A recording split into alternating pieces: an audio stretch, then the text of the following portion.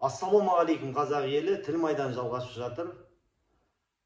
Достар, қазір қаңтардан кейін КМБ толық Ресейдің ФСБ-нің астына өтті. Сондықтан КМБ-ға, сепаратисттарға арыз жазып керек емес, өйткені сізді учетқа қояды. Ал егерде біреу айтса, соны мен КМБ-ға жазып жатырмын, немесе барып жазыңдар десе, сол адам сатқын.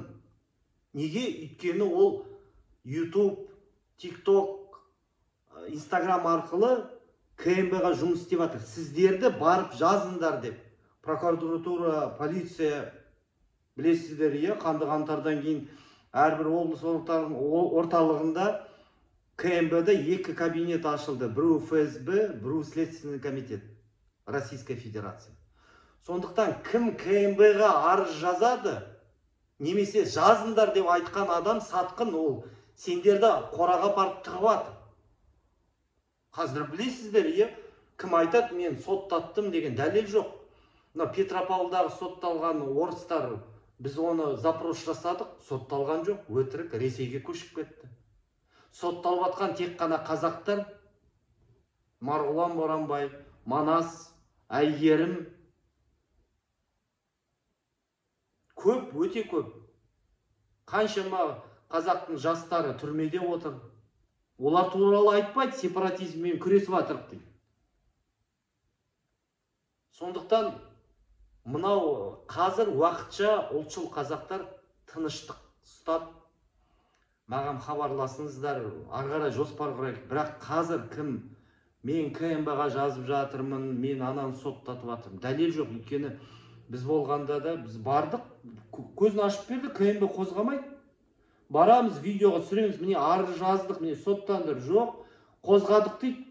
Делоны көрсет, міне мен YouTube-қа салам, ашық жариялаймын. Кімге қозғадың? Фамилия, аты жоқ, айтпайды. Ал енді мынау хайпажорлар өтірік, мен КМБ-ға жаздым, соттаттым деген. Сотталып жатқан тек қана қазақтар. Орыстар сотталмайды. Енді мүмкін халық КМБ-ға сенсін деп, қазір мүмкін енді показательны бір-екі орысты соттау мүмкін, бірақ мен әлі көрмедім. Қазақ сотталса, Мұрат Әбділда, арақ ішкіш, мас болып бір-екі сөз айтты, 5 жылға кетті. Ең қызығы, соны жаңалықтардан журналистер барып көрсетті, әдей қазақтар. Қазақтар, міне, орыс туралы бірдемесе айтсаңдар, осында түрмеде отырасыңдар. Ал бірақ сотталған орыстардың бірде-біреуін көрсеткен жоқ. Сондықтан сенбеңіздер, КМБ, прокуратура, полицияға сенбеңіздер. Болды, қанды қаңтардан кейін қазақтың мүддесін ойлайтын бір саяси партия, бір үйім жоқ, бір мекеме.